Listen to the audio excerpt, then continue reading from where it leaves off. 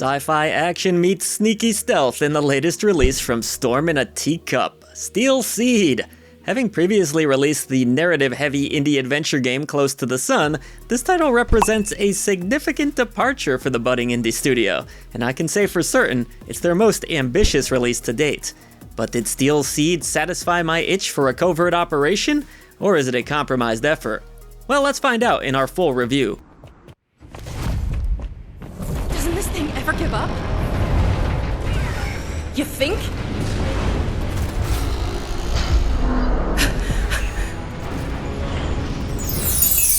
Real quick, why not tiptoe on over to patreon.com/idreamofindiegames. There you'll gain Discord access to the greatest indie gaming community. Enjoy early ad-free shows, get a shout out at the end of every video we produce, enjoy our podcast 3 days early, and so much more. But best of all, you're supporting indie visibility. You know what's weird? Steel Seed kind of feels like a modern-day Star Wars game with its exciting mix of intense swordplay, stealth, and platforming. I'm not a big Star Wars guy, but I actually really like Star Wars video games. I'm getting off track already. Anyways, these elements come together nicely here to deliver a very impressive indie release that, in all honesty, doesn't look or feel all that indie. However, we may as well address the game's biggest weakness right away. Gotta be nasty to start this thing out. It's the story. We play as Zoe, who has seemingly been transformed into a robotic version of herself in a mysterious underground facility. Her memories are foggy at best, but she does know that she's gotta find her daddy for whatever reason. He's apparently the head of an important industrial company, and she's going through all of this while adjusting to now being a robot girl. Who doesn't love a good robot girl though, right? Man, there's a lot of those in the last few years. Accompanied by a fellow robot, a companion named Kobe, the two explore various industrial settings together, with the game's greater plot eventually being revealed a few hours in.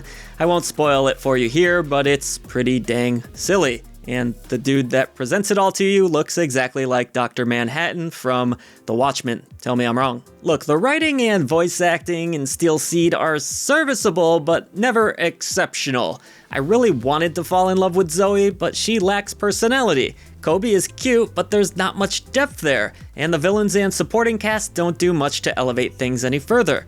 It's really a bit of a shame because the world of Steel Seed is begging for a compelling script, but you just won't get that here. Alright, but that's enough out of old Naggy Joe. What you will get is a really great action game. That is, if your preference is for stealth more than brute force. The world that Zoe and Kobe will explore is broken up into various sections that can be fast-traveled between with ease at save stations. The game features 3 different difficulty modes. There's a story mode for those of you who don't want to challenge Wimp.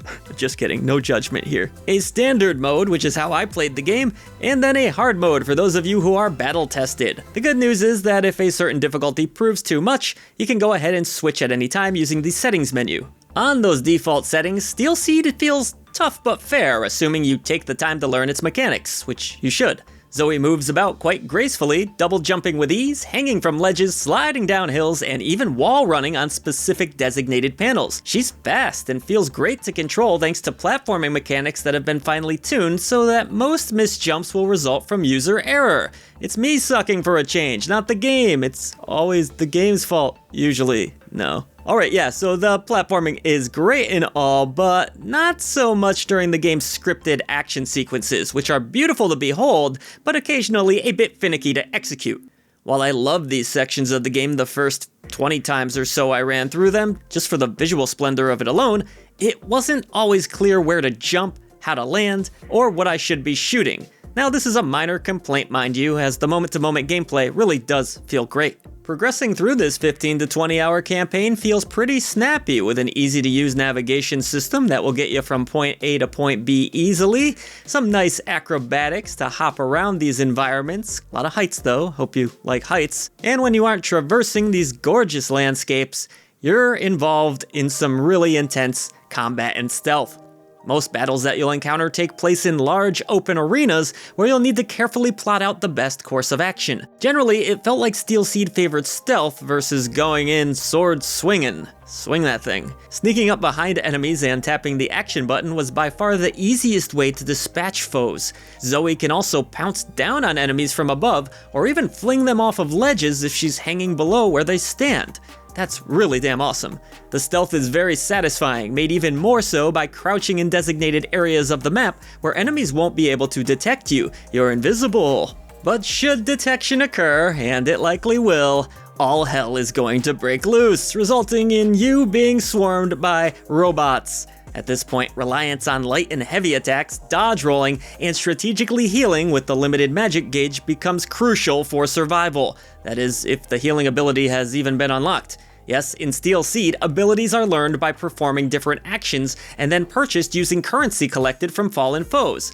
For instance, a certain number of stealth kills may be required to unlock a new attack, or enough enemy weak points must be targeted with Kobe's machine gun ability to learn a new defensive mechanic. Speaking of Kobe, control of our favorite robot companion can be taken at any time, and once you're flying the little bugger around, he can reach otherwise unreachable areas and even mark enemies to reveal their locations on the map for Zoe. Kobe is a little limited in how far he can travel, but he really does add a cool element of strategy to the game. Later on, he'll even learn some awesome new abilities, like how to shoot landmines that enemies can then step on and be blown up with. That's what landmines do, they blow enemies up in this game. No surprise there. But those same enemies can not only take quite a beating in Steel Seed, but they also dish out serious damage.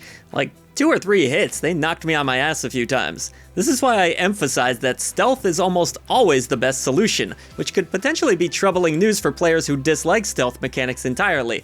I hope you're really good at executing a perfectly timed dodge, because that will make Zoe more powerful and you can dish out some serious damage for a limited amount of time. I love the perfect dodge, but I kinda suck at it. Alright, personally, I had a blast with this game's combat engine. I love the sneaking mechanics and the platforming. It's great. It's also worth mentioning that if you're afraid of heights, this might not be the game for you, as Zoe tends to get up really damn high, and she makes numerous death-defying leaps. If all of the above can be endured, however, Steel Seed is likely to be the perfect game for you. Visually, I know this is gonna sound a little hyperbolic, but Steel Seed is probably the best looking indie release I've ever played on this channel. Its environments are breathtaking, its action sequences are jaw-dropping, and the animations, they're fast, they're fluid, just an incredible game to look at in motion. I love the design of the world and the character models, even if I never quite connected with these characters on an emotional level. Okay, I'm kind of growing a little soft spot for Kobe the more I talk about him. Look, for those of you with a graphics card capable of supporting it, crank Steel Seed up to 4K resolution, do me that favor, hit the max settings, and watch your jaw slowly detach from your face. The level of visual fidelity here is shocking. You can easily fool a friend into thinking you're playing the newest AAA game on the market with this one. Pretty damn impressive stuff from an indie studio. Unfortunately though, there are a few drawbacks here. I did hit a few frame rate snags, though hear me out, they are saying a day 1 patch is coming that will improve optimization, so that could totally be a me problem. No need to comment saying, I didn't have the issue. We get it, I'm on a review build. It's a little bit earlier than yours, okay? And even with those few drops, they weren't egregiously bad or game-breaking in any way, but I just thought they were worth noting in case you do encounter any problems. I'm covering my booty. Sound design is also great here, with Steel Seed taking full advantage of my 5.1 system. God, I wish I had 7.1. Maybe one day, maybe. There are a few vocal tracks that weren't totally my jam, but the action and explosions all sound fantastic, with solid voice performances throughout. Not amazing voice performances, solid voice performances. Overall, the game does look amazing, however, and sounds great. Quite an accomplishment from this indie developer. Great job on that visual and audio presentation. Alright, I came into Steel Seed with no real expectations, but was ultimately blown away by its excellent platforming, intense action, and satisfying stealth. Heck, I didn't even get into all the hidden items that you can go back for quite easily if you want to do that old 100% completion thing. I wish the characters within this world were more compelling, I really do, because this gorgeous world does such an amazing job of drawing the player into it. Every year we do get these surprise games though, that release that just kinda comes out of nowhere, and it's way better than it has a right to be. Dungeons of Hinterberg was that game for me last year, and this year so far, it's definitely Steel Seed.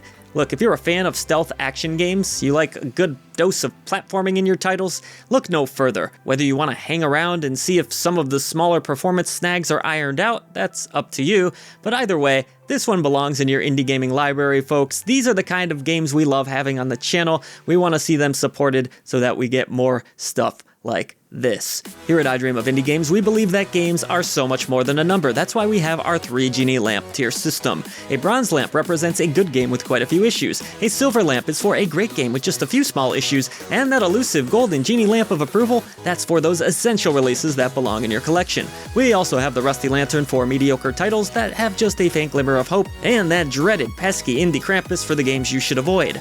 When it comes down to it, there's a few small issues with this one. No, this one's getting the golden genie lamp of approval. Add it to your collection as soon as possible.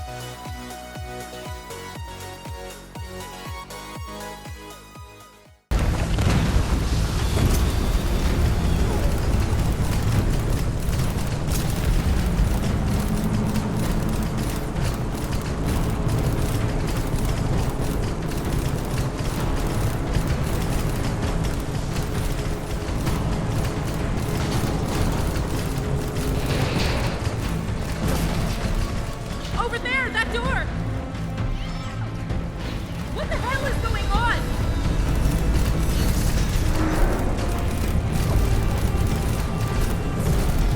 This is even worse! For far too long, you, the gamer, have been denied honest gaming coverage. Indie developers and publishers have lost their voice, but no longer. Like the video, subscribe to the channel, and head over to patreon.com/idreamofindiegames to join this epic campaign for indie visibility. The echo chamber trembles as our message grows louder. Voice to the voiceless!